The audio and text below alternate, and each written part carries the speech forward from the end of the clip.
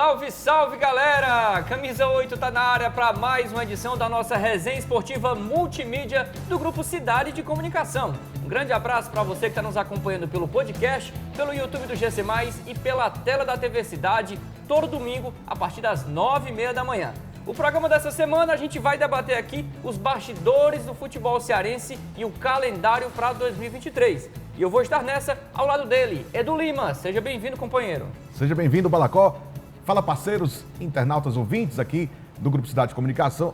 É um papo realmente bem interessante. Vamos tratar de tudo, tratar das minúcias aí do calendário e trazendo aqui um convidado que o Balacó vai te apresentar agora. É isso aí, a gente vai bater um papo hoje com o grande Mauro Carmelo Neto. O Mauro Neto, o novo vice-presidente da Federação Cearense de Futebol, que entende como poucos dos bastidores, vai falar pra gente tudo o que está sendo planejado para 2023, principalmente sobre o estadual. Mauro Neto, seja bem-vindo ao Camisa 8. Obrigado, Balacó. Obrigado, Edu, pela oportunidade de vir aqui falar para os telespectadores sobre o nosso futebol cearense. Maravilha. Mauro Carmelo Neto, esse nome já não deixa negar as suas raízes, né? Você é filho do Mauro Carmelo, atual presidente da federação, e aí você fez valer, Mauro Neto, aquela boa e velha máxima do filho de peixe, peixinho é. Eu queria saber um pouco da influência que seu pai teve nessa sua ascensão de cargo. Você que já vem há vários anos contribuindo com a federação e agora ocupando um cargo de fato de vice-presidente. Essa experiência, né, a gente vem acumulando já desde que eu comecei a ir a estádios. A gente sempre frequentava os bastidores da federação desde criança, desde a época ainda que o presidente era o Fares Lopes, após o falecimento dele com o Mário Degésio e depois agora com meu pai assumindo. A gente sempre esteve por perto e sempre esteve lá como um filho que gosta de futebol e o pai está por lá, então a gente está no pé dele. Eu quero estar acompanhando e tudo, e aí a gente vai aprendendo. E só um detalhe, Edu, que o Mauro teve toda uma preparação. Queria até que você falasse um pouquinho sobre a sua biografia, digamos assim, porque além da sua formação em Direito, que é a mesma do seu pai, você também fez cursos na área, assim, teve uma preparação, digamos assim, para o cargo, né? O futebol é paixão, né? Então, assim, eu sou formado em Direito, mas sempre procurei atuar no Direito Desportivo. Então, a minha monografia no Direito já foi falando sobre isso, já tratava sobre as questões do Tribunal de Justiça Desportivo. Depois fui convidado para fazer o curso na CBF Academy sobre gestão de futebol. Hoje aí fiz uma pós-graduação em Direito Desportivo. Então, assim, sempre tive dentro da área, porque a gente alia, né, a paixão pelo futebol com os conhecimentos no campo acadêmico e também no profissional. Bacanedo.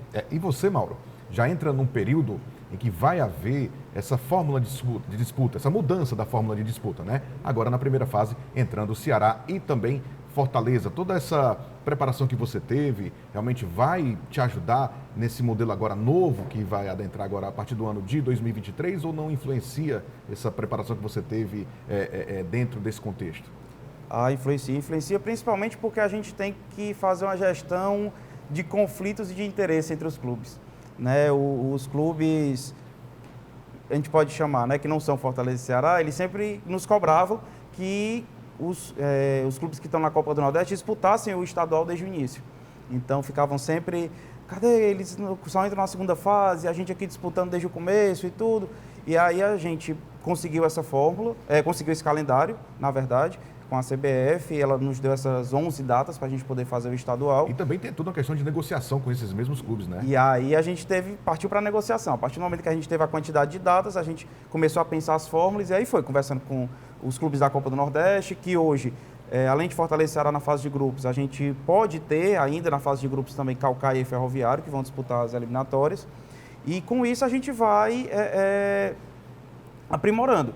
E aí foi conversando com uns, conversando com outros, e foi juntando os interesses de cada um e até a gente chegar nessa nova fórmula para o estadual de 2023. Agora, Mauro Neto, fala um pouco mais sobre essa nova fórmula de disputa do Campeonato Cearense, que traz como grande novidade a entrada de Ceará e Fortaleza na primeira fase. O que é mais interessante de tudo, teremos Clássico Rei já garantido no estadual de 2023, o que não ocorreu nesse ano de 2022, né? Eles não se cruzaram no mata-mata, entraram só nas quartas, e esse ano está garantido. Vai ser talvez a grande atração da primeira fase, o Clássico Rei, logo na primeira fase do estadual do Campeonato Cearense, graças a essa fórmula que colocou eles em grupos diferentes, e agora eles vão se cruzar na primeira fase. Isso, a gente precisou colocar os clubes em potes, né? Então, primeiro e segundo do ranking, terceiro e quarto do ranking, cada um indo para um grupo diferente, para que não houvesse um grupo muito mais forte do que o outro, via ranking, né? Porque pode ser que na bola, fique um grupo tenha se preparado melhor do que o outro.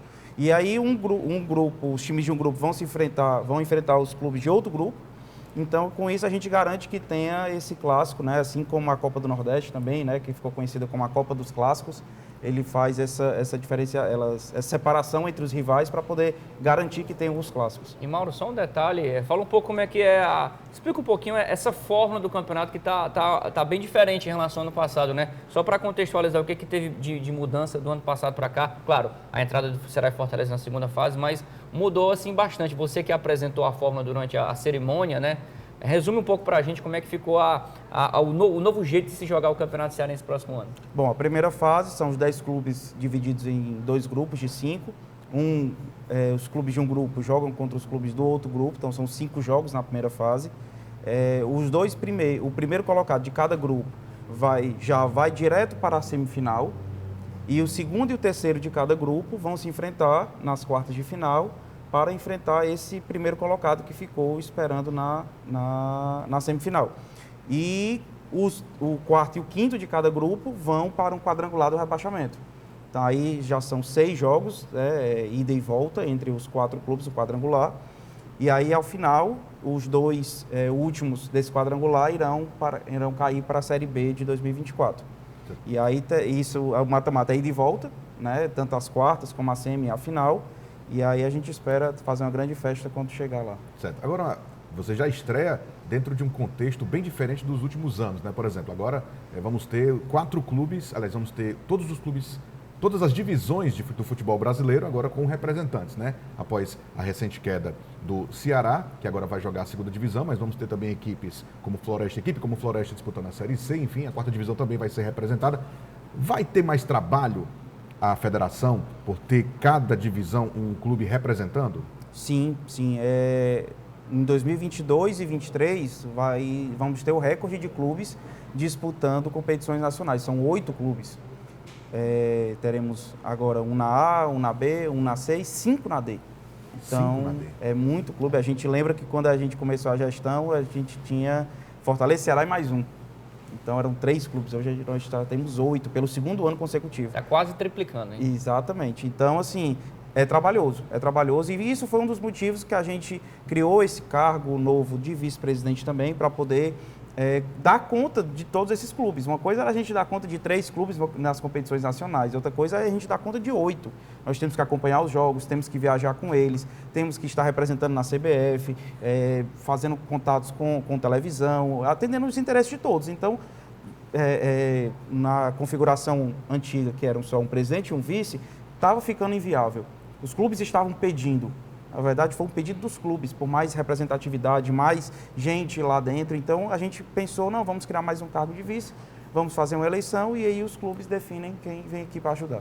Ainda falando sobre a eleição, a sua posse como vice-presidente da federação, como é que está esse diálogo, né? Só para contextualizar, Mauro Carmelo ainda é o presidente da federação, eu Desbringi é o primeiro vice-presidente e você também como vice-presidente. Como é que vai ser esse diálogo entre vocês agora, justamente para poder atender os filiados? Porque, como você bem disse, são muitas demandas, né? A federação hoje realiza várias competições, né? Tem as estaduais, tem o feminino e as nacionais, com 8 times cearenses no Campeonato Brasileiro, né? Só competições estaduais que a federação própria organiza, nós temos sub-13, sub-15, sub-17, sub-20, as 3 divisões do profissional. Temos a Taça Fares Lopes no segundo semestre, temos o Master, tanto 40 como 50, temos o feminino sub-20. Então, assim, e fora as competições das ligas municipais, que a gente também dá esse apoio. A gente criou agora um sistema de registro para essas ligas e deu para eles, para poder organizar ainda mais a competição deles.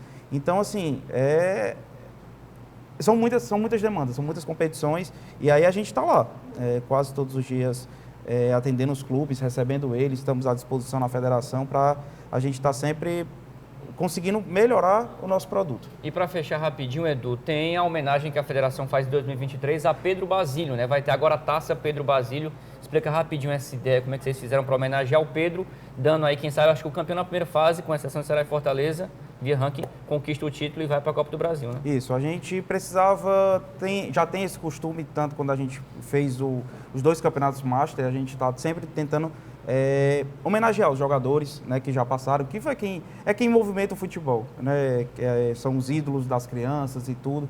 E aí a gente resolveu fazer essa homenagem ao Pedro Basílio, porque ele é um dos maiores vencedores de campeonatos estaduais, então a gente achou que combinava com a competição.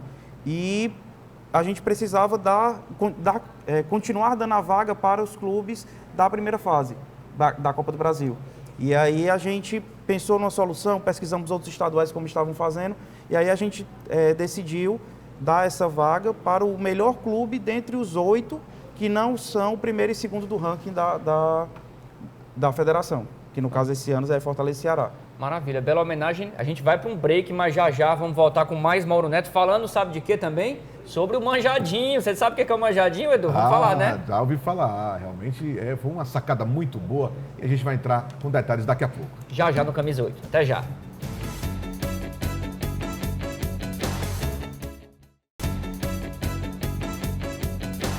De volta com o Camisa 8, que hoje recebe nos estúdios do Grupo Cidade de Comunicação o novo vice-presidente da Federação Cearense de Futebol, Mauro Neto, que está batendo um papo com a gente aqui sobre os bastidores do futebol cearense, calendário para 2023, que está recheado de novidades. Entre elas, uma das novidades é um novo mascote, que tem um nome que deu o que falar. Eu já queria saber a opinião do Edu. O que ele achou do nome do novo mascote aí do futebol cearense, Manjadinho. Que nome, hein? Manjadinho, né? Pra galera que gosta de sempre curtir com o torcedor rival, vai ganhar só o Manjadinho, e tem uma conotação pejorativa. Mas lembrando que no futebol, alguns clubes, e eu cito até o Palmeiras, que tinha como um dos símbolos, né? O porco, que era de uma maneira taxativa, sendo taxando realmente como uma maneira pejorativa, e a torcida adotou para si.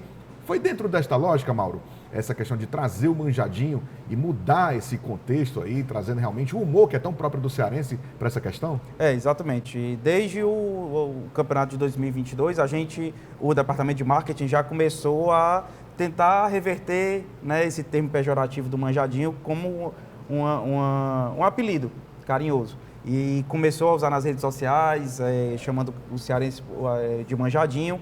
E quando ele surgiu com a ideia do mascote, ainda sem nome, ainda não tinha esse nome de Manjadinho, era só o mascote. E aí ele me apresentou a ideia, o desenho, as homenagens, né, a referência ao soldadinho do Araripe, que é um pássaro que existe somente ali no bioma do Cariri. E aí a gente foi criando, né, os elementos, chapéu de palha, a gente colocou a roupa do vaqueiro, e aí a gente foi criando. Quando ele me apresentou, e aí eu perguntei, qual é o nome? Aí ele, não se chateie, mas vai ser Manjadinho. Aí eu, rapaz, vamos ver como é que vai ficar, a responsabilidade é de vocês. Compraram a bronca, foi, né? E aí deu certo, a torcida gostou, aí ele já fez a estreia dele na final do feminino, na segunda-feira, e foi uma festa, tanto com as jogadoras, o Fortaleza foi campeão, como com a torcida mesmo. Isso. Lá que estava presente, bateu foto, a criançada gostou, a gente já está preparando inclusive algumas surpresas em relação ao Manjadinho para o começo do ano. É legal, muito legal a gente falar sobre o Manjadinho, porque primeiro que ele foi apresentado oficialmente no evento do lançamento do Campeonato Cearense sábado passado, né? Teve toda uma performance, né? Me lembrou ali os bons tempos de Tutuba, que o Tutuba talvez seja o mascote de futebol cearense mais performático, né? Que se caracterizou por aquelas coreografias, né? Ele dançava na bandeirinha, e o Manjadinho já chegou com toda aquela coreografia durante a festa. Eu tenho certeza que vai ser mais um elemento para alegrar os estádios e trazer também a criançada, porque o futebol cearense, ele já conta com o Tutuba do Ceará, tem os dois mascotes, que tem a Estela e tem o Juba do Fortaleza, e ainda tem o Vozão lá do Ceará, né? Ou seja, o futebol cearense em 2023 está cheio de mascote. Acho que mais do que nunca a criançada vai ter muito que se divertir nos estádios, né? Exatamente. E a gente percebeu que esses mascotes, nos jogos dos clubes, eles já eram uma grande festa. Então, a gente aproveitou essa oportunidade e criou, e vem dando certo. Até agora, a avaliação tem sido positiva. Até no vôlei, no basquete já tem, né? O Carcalion, era o Carcará, agora é o Carcalion. E eu já vi até no jogo de vôlei, do Rede Cuca Vôlei, tem até o Cuca já, né? A Cuca, o jacarezinho, tudo. Ou seja, cada modalidade está representada por um mascote, Edu. É verdade. E é interessante ressaltar esse ponto, principalmente porque, além de trazer essa questão performática, traz a criança de volta. traz a criança para gostar ainda mais do futebol. Ele já gosta pelo futebol em si, pela prática do esporte em si, mas realmente a gente tem observado, e eu vi muito isso nessa semana final da Série C, né, entre Crateús e Pacatuba, onde o Pacatuba acabou vencendo a disputa e levando o título. As crianças realmente, principalmente tinha muita torcida do Pacatuba, chegando junto do mascote. Isso é interessante. Isso traz um sentimento de orgulho, né, principalmente para a galera do marketing, vocês lá da federação, né? Sim, exatamente. A gente tem essa cultura de tentar trazer a família de volta para o estádio, as crianças de volta para o estádio. A gente está sempre em contato com os clubes, tentando melhorar a operação de jogo para que a gente tenha menos tumulto e seja uma experiência boa para a família. Então, é mais um ingrediente para a gente ter as crianças voltando ao futebol. Beleza, agora, Mauro Neto, vamos virar a chave e falar agora de Copa do Nordeste, que vem aí com novidades. Eu queria que você falasse pra gente como é que foram os bastidores dessa negociação para primeiro das datas e da forma de disputa, né? Demorou um pouquinho mais do que a gente imaginava para sair a tabela, inclusive a primeira fase, a fase eliminatória foi remodelada, né? Seriam mais clubes disputando, inclusive o Floresta tinha expectativa de jogar. Acabou que ficou só com dos times cearenses o Ferroviário e o Caucaia. Como é que foi essa negociação para poder chegar a esse formato final da competição? Para a gente montar calendário é bem mais complicado do que parece. A gente vem numa escadinha. Primeiro a FIFA define as datas dela, depois o Conmebol define, a CBF define as competições nacionais e depois vem a Copa do Nordeste. E só depois ainda chegam os estaduais.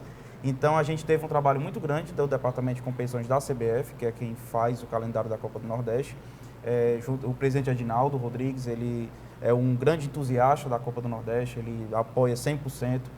Então isso até gerou, será que ainda vai continuar? Enquanto o Edinaldo estiver na presidência, não existe a mínima possibilidade de não ter Copa do Nordeste. Isso é uma coisa que a gente nem se preocupa.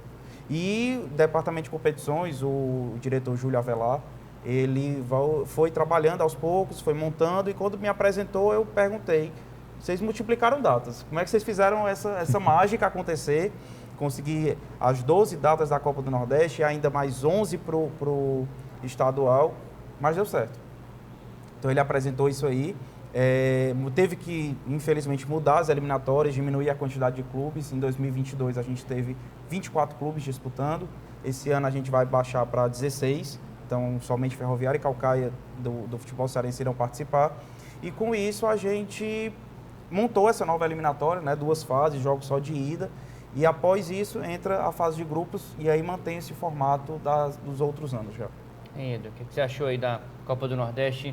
Próximo ano também remodelada e com Ceará e Fortaleza já garantidos na fase de grupo. Podemos ter 4 times, né? Além do Ceará e Fortaleza, Caucaia e Ferroviário. Né? Isso só mostra a força do futebol cearense dentro desse contexto aí de Nordeste, né? Até porque também existe um trabalho muito forte da Federação Cearense de Futebol e não é à toa que o futebol cearense tem sido destaque, porque o Ceará recentemente foi campeão, Fortaleza vai ano que vem defender o título, fora os vice-campeonatos que tem, né? O próprio Ceará também, o Fortaleza já conseguiu anteriormente, ou seja, qual a força, qual a maneira direta que a Federação Cearense está tendo para a força dos clubes chegar tão bem e serem destaques no Campeonato do Nordeste? Estar próximos, a gente ajuda, a gente aconselha, a gente faz esse intercâmbio, essa comunicação entre clube, CBF, entre Liga do Nordeste. Então a gente está sempre próximo, ajudando no que precisa, a gente está sempre à disposição. Os presidentes ligam para a gente a todo momento para a gente poder atender. E principalmente, a gente faz com que os clubes não se preocupem com a federação. A gente teve outros estados que tiveram brigas políticas dentro da federação e, infelizmente, e eu não acredito em coincidência, foi um estado que teve rebaixamentos esse ano. Então, rebaixamentos de clube da Série B para a Série C. Esse estado, que já foi um grande estado aqui no Nordeste, só vai ter 4 clubes, enquanto a gente vai ter 8. Então, eu penso que fazer os clubes se preocuparem com o dia a dia do clube e não ficar se preocupando com a federação, o que o presidente está fazendo, se está puxando para um lado, se está para o outro, isso a gente faz com que eles direcionem as forças somente para o clube deles e façam eles crescer. A gente faz o nosso trabalho e ajuda, e eles não precisam se preocupar com a federação. Maravilha. Agora, Mauro, para 2023, quais são os grandes desafios que a federação tem à frente para dar atenção aos filiados? Porque você disse no seu discurso de posse de que o objetivo é fazer o futebol cearense não parar de crescer, continuar crescendo, como você falou, 8 clubes, e vai começar 2023 com uma nova realidade também. O Castelão deve fechar por algumas semanas aí para a reforma. O PV deve ser o grande palco, então, aí para o futebol cearense nas primeiras semanas, né? Definindo agora o fechamento, né, do Castelão para a reforma, a gente já vai ter reunião com o governo para poder saber exatamente que data ele vai voltar, para que a gente possa montar a tabela sabendo dessa situação, avisar também a CBF com relação à Copa do Nordeste que vai ter jogos. Então, assim, eu tenho esperança que a gente tenha jogos de Fortaleza e Ceará no PV e também no Romeirão. Eu acho que é uma ideia interessante, a gente já começou a dar esse pitaco para eles. O pessoal de Juazeiro anseia muito em que Fortaleza e Ceará voltem a jogar lá, faz muito tempo que eles não jogam. Então, até porque o Romeirão ficou fechado há muito tempo e eles também não estavam disputando as primeiras fases do Cearense. Então, sim, o povo de Juazeiro também anseia por isso, principalmente com a arena muito bacana que ficou lá. É um mini Castelão, eu costumo chamar assim, ficou muito bonito, arena de primeiro mundo, não perde para... Tem vários estádios da Série A, por exemplo, que eu fui assistir jogo esse ano do Brasileiro, que o Arena Romeirão está bem melhor que lá. Então, assim, não tem motivos para os clubes não quererem jogar lá. Então, assim, eu já dei esse pitaco até para poder também fazer com que o futebol cearense também não fique, principalmente no interior, tão restrito a clubes de fora. Então, os torcedores, principalmente as crianças, terem contato com os ídolos, com os clubes da capital, fomentar de novo a rivalidade entre capital e interior, principalmente Juazeiro, que já foi mais forte. Então, aos poucos, a gente vai dando essa ajuda aos clubes para que a gente possa ir crescendo no futebol cearense. Maravilha, é isso, né, Edu? Agradecer demais aqui a presença do Mauro Neto com a gente, né? É verdade, interessante ressaltar porque muito pouca gente sabe, né, como tem trabalho o pessoal da federação, né? Ele falou aí sobre você tem que sempre esperar o calendário e realmente você destrinchar o calendário, até porque também tem alguns imprevistos, mas tá de parabéns aí à Federação Cearense de Futebol, parabéns e seja realmente tem um trabalho muito bom à frente nessa vice-presidência. Obrigado, Edu. Obrigado, Mauro. A gente vai ficando por aqui. Lembrando que tem 2 recadinhos importantes. Nessa segunda-feira tem Camisa 8 ao vivo, hein? De 11 às 11h40 no YouTube do GC+, repercutindo tudo desse fim de Brasileirão que teve o rebaixamento do Ceará, tem Fortaleza e muitas novidades para o próximo ano. E segue a gente também lá no Instagram. Tá aparecendo aqui na tela o endereço. É @camisa8.oficial, @camisa8.oficial. Obrigado, Edu. Até a próxima, hein? Obrigado, Balacó. Obrigado, Mauro. Obrigado a você que esteve conosco. Valeu, gente. Até a próxima semana com mais uma edição do Camisa 8, falando muito de futebol cearense e Copa do Mundo. Se preparem. Valeu, pessoal.